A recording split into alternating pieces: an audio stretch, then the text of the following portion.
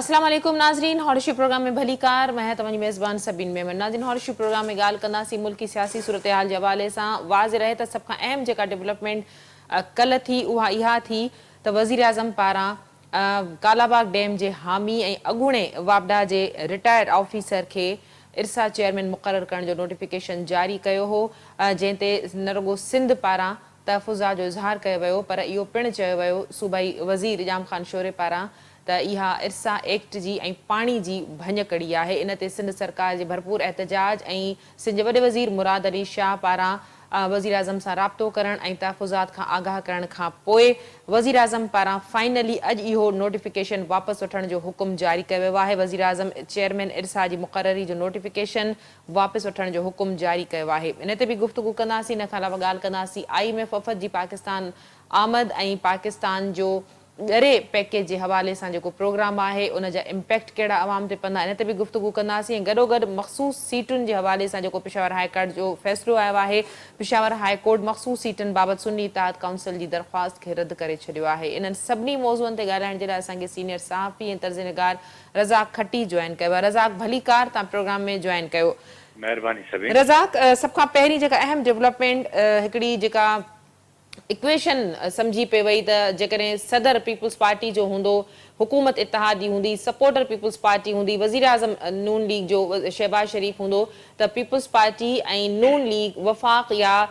सूबाइत जे हवाले सां जेके फ़ैसिला आहिनि उन्हनि में हिक ॿिए खे सपोर्ट कंदा। हिकिड़ो अहम डेवलपमेंट जेका इरसा चेयरमैन जी मुक़ररी जे हवाले सां थी, जंहिं ते तहफ़ुज़ात जो इज़हार कयो वियो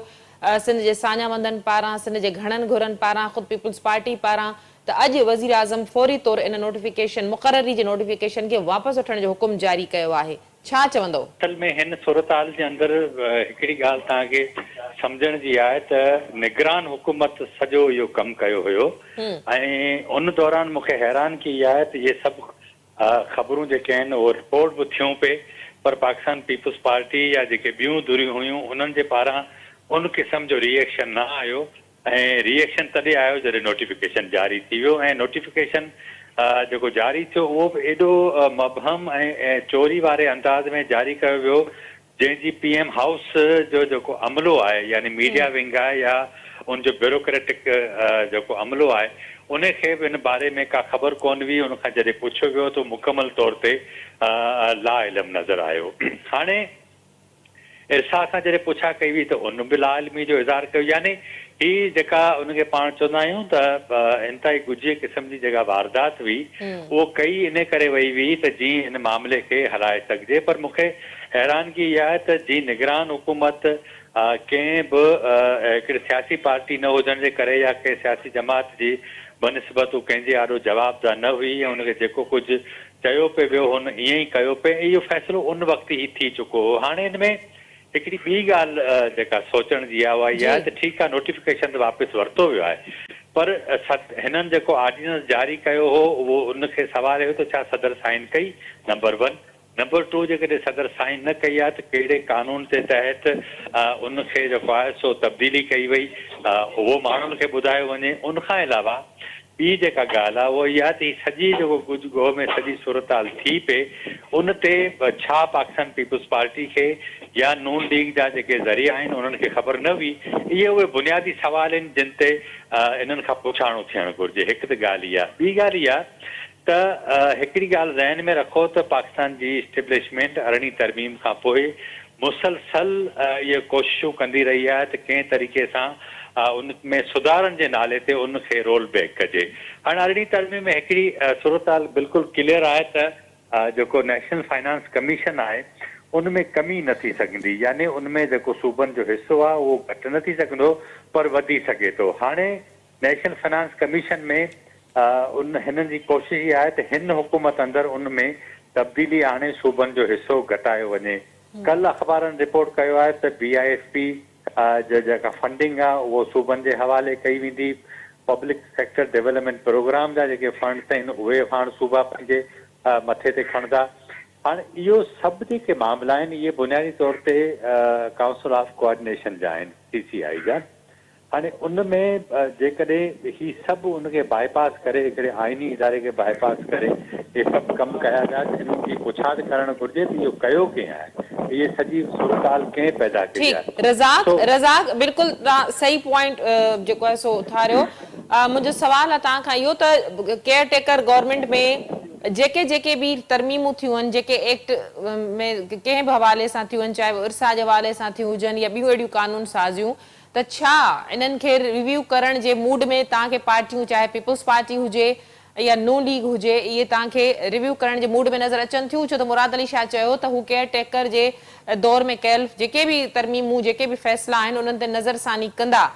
त छा पीपल्स पार्टी मजमूई तौर जेके भी फ़ैसिला तरमीमूं थियूं आहिनि उन्हनि ते रिव्यू करण जी मूड में नज़र अचे थी?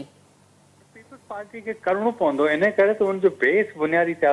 पॉलिटिकल बेस सिंध आहे, ठीकु आहे न। सिंध में ज़ाहिर आहे त कुझु मामला अहिड़ा आहिनि जिन ते तव्हां नथा मक़सदु इहो त उनजे अगेंस्ट नथा वञी सघो, यानी कालाबाग डैम आहे उनजे अगेंस्ट जेको फ़ैसिलो थींदो तव्हां उनजी हिमायत नथा करे सघो। नेशनल फाइनेंस कमीशन आहे, वाटर इशूज़ आहिनि, ऐं बुनियादी 3-4 अहिड़ा इशूज़ आहिनि जंहिं ते पीपल्स पार्टी हमेशह खेॾंदी रही आहे। हाणे जेकॾहिं पीपल्स पार्टी उनखे पॉलिटिकल पॉइंट स्कोरिंग लाइ इस्तेमालु कंदी रही आहे, हिन दफ़े जेकॾहिं उनजी ई हिमायती बुनियादनि ते जेका हुकूमत बीठल हुजे, सदर पीपल्स पार्टी जो हुजे, त उहे कीअं फ़ैसिला करे था सघनि। सो ही मामिलो ईंदड़ ॾींहंनि में तव्हां नोट कजो त इस्टेब्लिशमेंट विच में ऐवान सदर ऐं हुकूमत जे विच में मामला जेके आहिनि उहे जेको आहे सो कंफ्यूज़ नथा थी सघनि, पर तकरार वधंदो वेंदो, ऐं उहो इन करे वधंदो त जेकॾहिं इर्सा वारो नोटिफिकेशन वापसि थी वियो, ठीकु आहे, उनजी पोज़ीशन सेम बहाल थी, पर उहो जेको अॻु में कानून साज़ी थी वई आहे उनखे कहिड़े तरीक़े सां रिमूव कयो वेंदो, इहो टेक्निकल मामिलो आहे। ऐं ॿियो हिन सॼी सूरताल जे अंदरि जेको सॼो ब्यूरोक्रेसी रोल प्ले कयो आहे पाकिस्तान पीपल्स पार्टी खे या ॿियूं जेके धुरियूं आहिनि उन्हनि खे इहो सुवाल उथारणु घुरिजे त ही सॼी इनजी जांच कराइनि त हिकिड़ा इदारा जेके अवाम जा चूंडियल इदारा आहिनि, जेके आइन साज़ इदारा आहिनि, उन्हनि खे जेको आहे सो आगाही ॾियण खां सवाइ उन्हनि एॾा वॾा फ़ैसिला कीअं कया। तो आउं त सम्झां थो त पाकिस्तान पीपल्स पार्टी ज़ाहिर आहे इहो अफोर्ड ई न करे सघंदी, ऐं उनजे नतीजे में हुनखे हुकूमत जेका मौजूदा नून लीग हुकूमत आहे उनखे मजबूर करणो पवंदो त हू जेको आहे सो इन क़िस्म जा फ़ैसिला न वठे। ऐं शायदि इनजो जेकॾहिं पाण पॉज़िटिव पहलू ॾिसूं त उहो इहो बि आहे त जेकॾहिं पाकिस्तान पीपल्स पार्टी जी हिमायत जी बुनियादनि ते हुकूमत बीठल आहे त उहो शायदि एॾा वॾा फ़ैसिला ईंदड़ ॾींहंनि में करे कोन सघंदी। ठीक। अच्छा रज़ाक, NFC जी तव्हां ॻाल्हि कई नेशनल फाइनेंस कमीशन जे हवाले सां, त इन हवाले सां इहे बि रूमर्स हुआ त पीपल्स पार्टी ऐं वफ़ाक़ी हुकूमत में नून लीग में अॻियां हली NFC वारे मामले ते तकरार वधी सघनि था, त छा इहो पॉसिबिलिटी आहे त ज़ाहिर आहे NFC या सूबनि जा जेके राइट्स आहिनि उन हवाले सां वफ़ाक़ ऐं सूबा हमेशह, ख़ासि करे सिंध सूबो त वफ़ाक़ सां हमेशह तकरार में रहियो आहे, इन्हनि ते के पीपल्स पार्टी या नून लीग जे विच में के विछोटियूं पैदा थी सघनि थियूं? न, मुंहिंजो ख़्यालु आहे त विछोटियूं त पैदा फौरी तौर ते त मूंखे नज़र नथो अचे, पर जीअं मूं तव्हांखे पहिरीं अर्ज़ु कयो त इस्टेब्लिशमेंट जी घणे वक़्त खां ख़्वाहिश आहे त ख़ुदि मुख़्तियारी वारे मामले खे छेड़ण बदिरां हू सिर्फ़ु पैसनि जो जेको मामिलो आहे उहो चाहे थी त सूबनि ॾे पैसा न वञनि। हाणे हिते हिन वक़्तु जेका सूरत हाल आहे त बिलावल भुट्टो ज़रदारी इलेक्शन कैंपेन में जेको स्लोगन ॾिनो हो त असां तक़रीबन कोई मुंहिंजे ख़्याल में कोई इदारा जेके आहिनि जेके कॉन्क्रीट लिस्ट में हुया उहे सूबनि जे हवाले थी विया आहिनि, पर प्रैक्टिकली उहे वफ़ाक़ में कमु कनि था, उन्हनि खे शिफ्ट कराइनि हुन पासे। ऐं ॿियो इहो त कारकर्दगी जेका आहे गवर्नेंस वारी उहा बहितर करणी पवंदी। जॾहिं तव्हां गवर्नेंस वारी कारकर्दगी बहितर कंदो त जेके स्टेक होल्डर आहिनि, फ़ैसिला कुन होल्डर आहिनि, जेके धुरियूं आहिनि, उहे घटि में घटि उन्हनि जे साम्हूं तव्हांखे आर्ग्यूमेंट करण में आसानी थींदी त असां वटि हे पैसा हुया, असां हिन मां हे प्रोजेक्ट ॾिना आहिनि, आवाम जी सूरताल तब्दील थी आहे। हाणे हिन में बदकिस्मती हिनखे चइजे त BISP जेको प्रोग्राम आहे ठीकु आहे, उन में तव्हां औरतुनि जी मदद करियो था, ग़रीब औरतुनि जी, पर हिते सवाल इहो थो पैदा थिए त जेको बुनियादी तसवर BB जो हो त औरत खे जॾहिं इहा माली सहायता कबी त उनजी जेका घर जे अंदरि फ़ैसिला साज़ी वारी पोज़ीशन आहे उहा तब्दील थींदी, यानी उनखे फ़ैसिलनि में शामिलु कयो वेंदो, उहो स्ट्रांग थींदी। सवाल इहो आहे त 15 साल थी विया आहिनि, कंहिं NGO कंहिं इदारे सर्वे करायो आहे त BISP जे पैसनि खां पोइ या बुख या उहो ख़ुदि उनखे चइबो आहे जेका ख़ुदी आहे उहा केतिरी ख़तम थी आहे, या औरत जी जेका आम ग़रीब औरत आहे उनखे केतिरो फ़ाइदो थियो आहे। हिकिड़ो ॿियो सुवाल बि आहे, उहो इहो आहे त हिननि पैसनि मां जेकॾहिं हिन वक़्तु राउंड अबाउट 200 अरब रुपयनि जो इहो अमाउंट आहे, इहो जेकॾहिं तव्हां हिकिड़े सूबे ते ख़र्च कंदा वञो आहे त छा इहे औरतुनि खे रोज़गार ॾेई उन्हनि जी ख़ुदी जेका आहे उनखे अपग्रेड करे असां सोसाइटी खे वधीक बहितर करे सघियासीं पिए या न? सो जॾहिं पैसा अचनि था त तव्हां ॾिसो त इंटीरियर सिंध में त असां ॾिसूं था त कोई अहिड़ो ATM ख़ाली न हूंदो आहे जिते को आम बैंक जो अकाउंट होल्डर आहे उहो वञी पंहिंजा पैसा कढाए सघे। हिकिड़ी वॾी कतार हूंदी आहे। उनखां पोइ हे जेके मशीननि वारा आहिनि जेके मायुनि खे पैसा ॾियनि था उते मुस्तैक औरतुनि खे, उन्हनि जी चांदी थी वञे, यानी हिकिड़ो रोज़गार जो हिकिड़ो सिलसिलो त जुड़ियो आहे, पर उहो को पर उनमें औरतुनि जी वधीक तज़लील थिए थी। उहो जेको मक़सदु हो ख़ुदि मुख़्तारी जे हवाले सां, मज़बूत औरत जे हवाले सां, औरत जी सरबराही जे हवाले सां, फ़ैसिला साज़ी जे किरदार जे हवाले सां, उहो असांखे बिल्कुलु निल नज़र थो अचे, किथे बि नज़र नथो अचे। रज़ाक प्रोग्राम जे सिलसिले खे अॻिते वधाईंदासीं। ही जेको हिन वक़्तु पेशावर हाई कोर्ट जी मख़सूस सीटनि बाबति जेको फ़ैसिलो आयो आहे, सुन्नी इत्तेहाद काउंसिल कंटिन्यू इन शइ ते एहतजाज कंदी रही, उनखां पोइ अदालत में वई। इन फ़ैसिले खे कीअं था ॾिसो त इन्हनि जी जेका दरख़्वास्त हुई उनखे रद्द कयो वियो आहे? मुंहिंजो ख़्यालु आहे हिननि खे शायदि ई त हाई कोर्टनि मां थी जॾहिं सुप्रीम कोर्ट वेंदा उते बि हिननि खे को रिलीफ न मिलंदो। उनजो टेक्निकल असल में सबबु इहो आहे त सुन्नी इत्तेहाद काउंसिल इलेक्शन कमीशन में क्लियर इहो पंहिंजो मौक़िफ़ रखियो हो त असांजी जमात इलेक्शन में हिसो न वरितो आहे। हाणे जॾहिं उन हिसो वरितो आहे, न रिज़र्व सीट्स जे लाइ का लिस्ट ॾिनी आहे, हाणे अदालतूं त बुनियादी तौर ते जेको आइन कानून इलेक्शन एक्ट आहे उनखे साम्हूं रखी फ़ैसिलो कंदियूं। सो मूंखे नथो लॻे त को हिननि खे इहा मञा थो त उन्हनि जे मैंडेट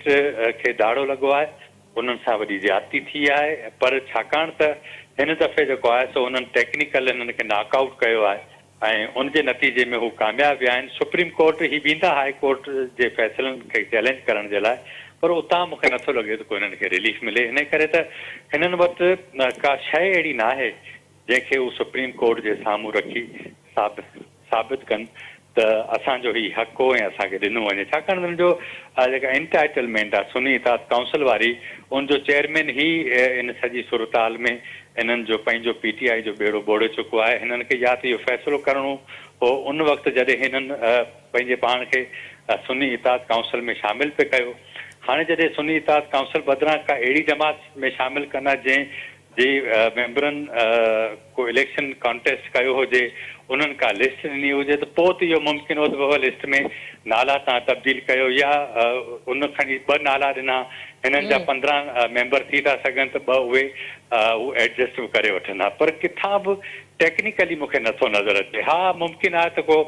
जी अदालतूं अॻे इमरान ख़ान ते महिरबान हुयूं, अहिड़ी का सूरताल हुजे हा त मुमकिन आहे ईअं थी बि वञे हा जी माज़ी में थियो आहे, पर हिन वक़्तु ज़ाहिर आहे न अदालतुनि जो मूड इमरान ख़ान जे हक़ में आहे, न इस्टेब्लिशमेंट जो आहे, न मौजूदा हुकूमत जो आहे। त इन सूरताल में मुंहिंजो ख़्यालु आहे त इहा शायदि तवक़ो नथी करे सघिजे, पर मुल्क आहे उनमें सभु कुझु मुमकिन आहे, पर फौरी तौर ते पाण चई सघूं था त उनखे किथां को रिलीफ कोन मिलंदो। ठीकु, रज़ाक हुकूमत ईंदे ई जेके मुआशी हवाले सां पिणु हिकिड़ो टारगेट शुरू करे छॾियो आहे। वज़ीर आज़म हिकिड़ी कमेटी बि ठाही जेका 7 ॾींहंनि में रिपोर्ट कंदी हुकूमती ख़र्च घटाइण जे हवाले सां। सदर ऐं वज़ीर आज़म ऐं ॿियनि वज़ीरनि समेत इहो ऐलान कयो वियो सभिनीनि त पघारूं न वरितियूं वेंदियूं, मरातूं त वठंदा पर पघारूं न वरितियूं वेंदियूं।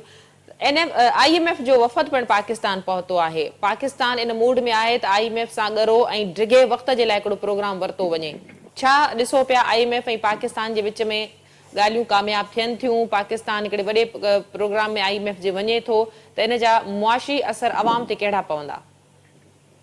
सभिनि पहिरीं ॻाल्हि इहा आहे त सदर जो पघार 10 लख या 11 लख रुपया आहे,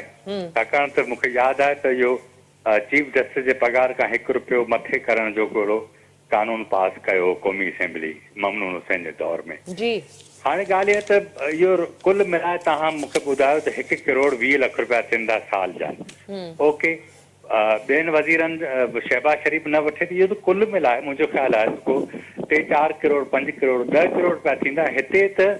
सवें अरबनि जो मसइलो आहे। ठीकु आहे न? तव्हांखे यादि हूंदो त इमरान ख़ान जे दौर में स्टेट बैंक जो जेको अॻूणो गवर्नर हुयो डॉक्टर इशरत हुसैन, उन हिकिड़ी इस्लाहाती जेको आहे सो उन खे एडवाइज़र कयो वियो। पोइ उन कयो छा, उनखां पोइ ॿियूं हुकूमतूं कोशिशि कंदियूं रहियूं आहिनि। शहबाज शरीफ़ जॾहिं 4 महीननि जी हुकूमत में वज़ीर आज़म हो त उन दौर में बि उन इहा ॻाल्हि कई त समूरा जेके वॾा डिप्टी कमिश्नर हाउस आहिनि उनखे असां सेल कंदासीं, पोइ हीअं कंदासीं हूं कंदासीं। ॻाल्हि इहा आहे त ब्यूरोक्रेसी कतई करणु कोन ईंदी ऐं हिन मुल्क जो सॼो जेको मामिलो ख़राबु थियो आहे उनमें ॿियूं दुनियूं जेके आहिनि सो कसूरवार हुजनि, पर आउं ज़ाती तौर ते सम्झां थो त हिन सॼी बर्बादी जो बुनियादी कारण असांजी ब्यूरोक्रेसी आहे। इन करे त उहो मुकमल पॉलिटिसाइज़ थी वई आहे, किथे रजिस्ट नथी करे ऐं हू सिर्फ़ु आरज़ी बुनियादनि ते पंहिंजी नौकिरी हलाए थी। ऐं उनजे करे हुन तव्हां ॾिसो त पैसा तमामु घणा कमाया आहिनि, उन्हनि जो लाइफ स्टाइल चेंज थी वियो आहे। सिर्फ़ु गुज़िरियल हिननि 6-8 सालनि जे अंदरि इमरान ख़ान जो दौर हुजे, शहबाज शरीफ़ जो दौर हुजे, उन में हिननि जी मरात में एतिरो इज़ाफ़ो थियो आहे जो हीअ जेका कुझु महांगाई थी आहे उन जो सिर्फ़ु पगार ते पंहिंजो गुज़ारो कनि तॾहिं बि उन ते कोई इम्पेक्ट कोन पियो आहे, लुड़ी आम माण्हू वियो आहे। सो हीअ सॼो ब्यूरोक्रेसी जो आहे मामिलो। बाक़ी रहियो माशी सूरत हाल, उहो जेसि ताईं अवां बुनियादी फ़ैसिला न कंदा, बुनियादी जेके ख़र्च आहिनि, बुनियादी जेके एलीट सब्सिडीज़ वठे थी उहे ख़तमु न थींदियूं तेसि ताईं तव्हां को फ़ैसिलो न करे सघंदा। हाणे ही हुकूमतूं त एलीट जी ॻाल्हि त कंदियूं, पर असल में सची ॻाल्हि इहा आहे त उहे ख़ुदि एलीट जूं नुमाइंदा हुकूमतूं आहिनि जिते उन्हनि जे ई मर्ज़ी ऐं हक़ में फ़ैसिला कया वञनि था। वॾी महिरबानी रज़ाक, तव्हां पंहिंजो मौक़िफ़ ॾियण लाइ असांखे प्रोग्राम में जॉइन कयो। नाज़रीन, सीनियर सहाफ़ी ऐं तर्ज़ निगाह रज़ाक खटी असां सां गॾु हो। प्रोग्राम जे सिलसिले खे जारी रखंदासीं। वक़्तु थियो आहे मुख़्तसिर वक़फ़े जो, वठूं था वक़्फ़ो।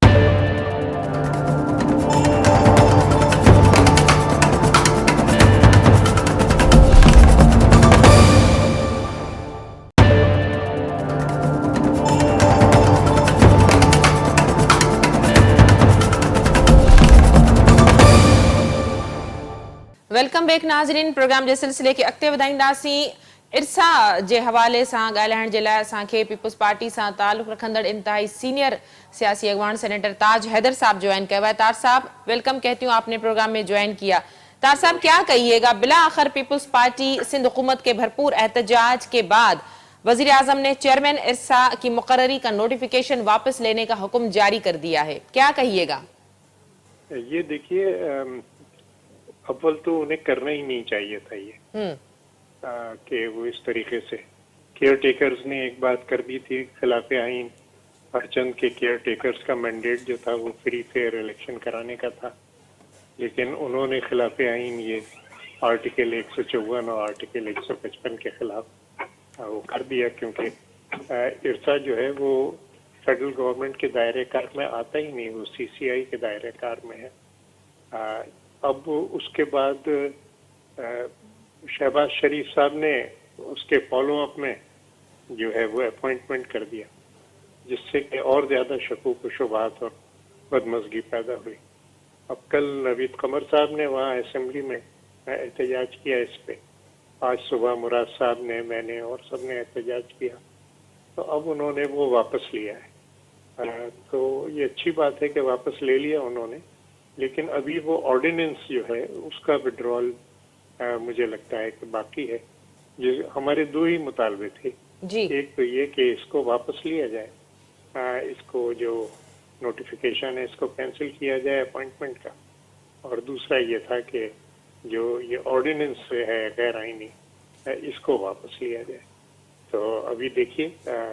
मैं अभी सफ़र में हूँ तो मैंने देखा नहीं ठीक, क्या वो ऑर्डिनेंस वापस लेने का भी उन्होंने ऐलान किया है। ताज साहब ये फरमाइएगा कि पीपल्स पार्टी और नून लीग की इक्वेशन 16 महीनों में बड़ी अच्छी रही और अब भी बड़ी अच्छी रही, तो क्या नून लीग के करीबी किसी मेंबर को, किसी अरकान को मालूम नहीं था कि अगर इस तरह का नोटिफिकेशन जारी किया जाता है तो नून लीग और पीपल्स पार्टी के ताल्लुकात खराब हो सकते हैं, सूबों पे क्या इसके असरात मुरतब हो सकते हैं? और क्या पीपल्स पार्टी के किसी मरकजी रहनुमा को इस बात का इल्म नहीं था कि इस तरह का नोटिफिकेशन जारी होने वाला है?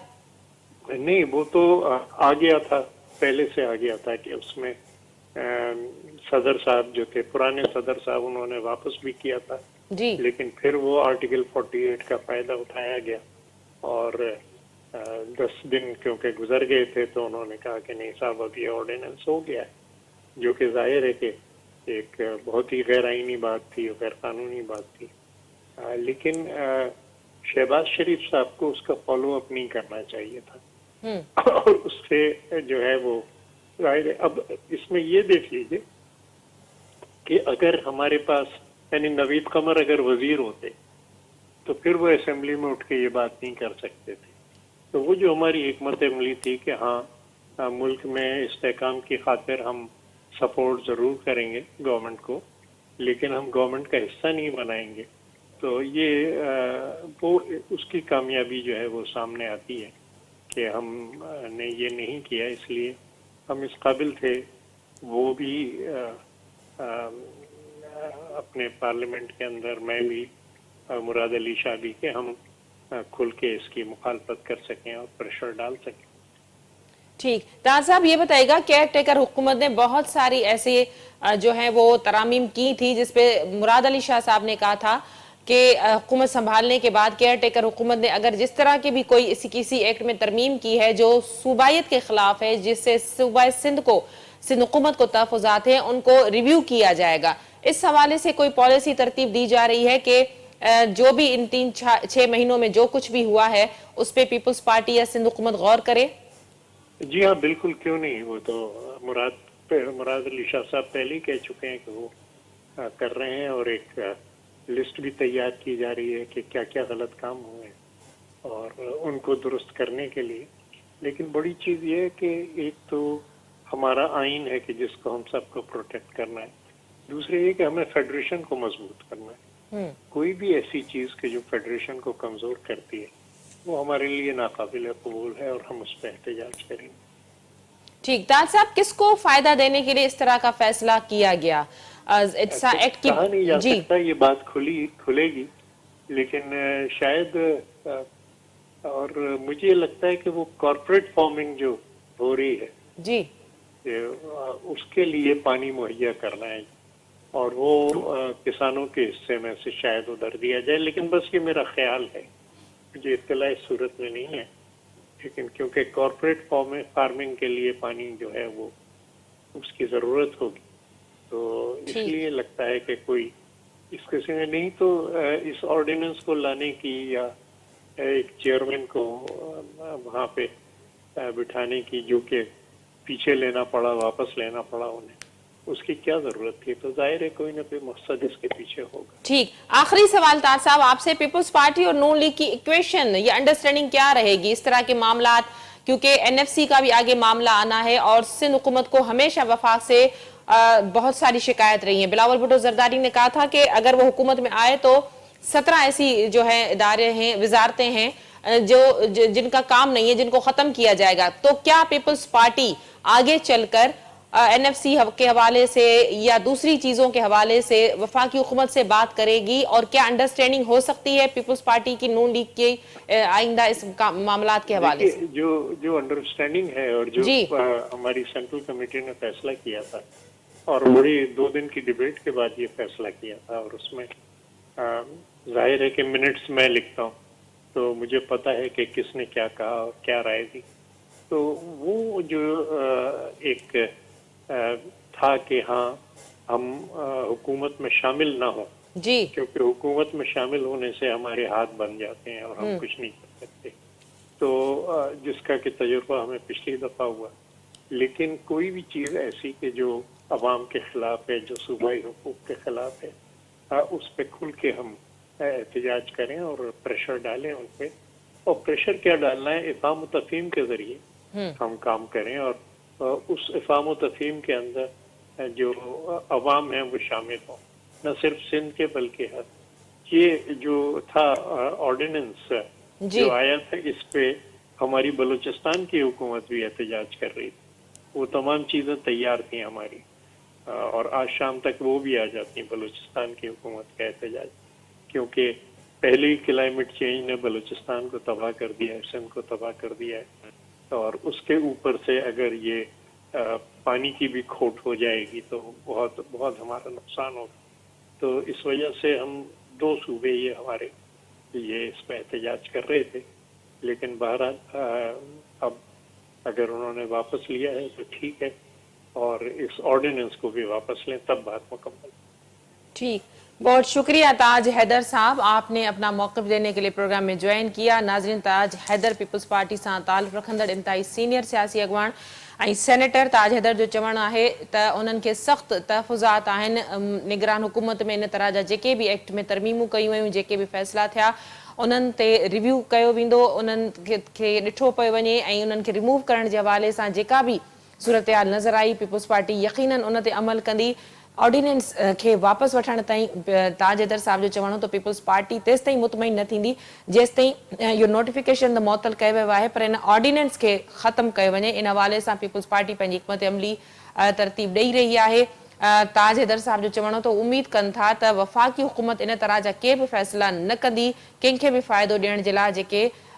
विथियूं पैदा कनि, स्पेस पैदा कनि, मुंझारा पैदा कनि वफ़ाक़ ऐं सूबनि जे विच में, ख़ासि करे सिंध ऐं बलूचिस्तान जेके मौसमियाती तब्दीलियुनि खे बि तमामु घणो भोॻे रहिया आहिनि। इन तरह जा फ़ैसिला जंहिं ते न रुॻो सिंध पंहिंजे तहफ़ुज़ात जो इज़हार करे पई, पर बलूचिस्तान पिण इन एहतजाज में शामिल थिए हा। पर वज़ीर आज़म पारां इहो नोटिफिकेशन वापसि वठण जो जेको हुकुम आहे उनखे ख़ुशि आहिनि चई सघिजे थो। अॼोके प्रोग्राम जो वक़्तु पिण ते पंहिंजी पुॼाणी ते पहुतो। ईंदड़ प्रोग्राम ते ॾींदा इजाज़त। अल्लाह वाही।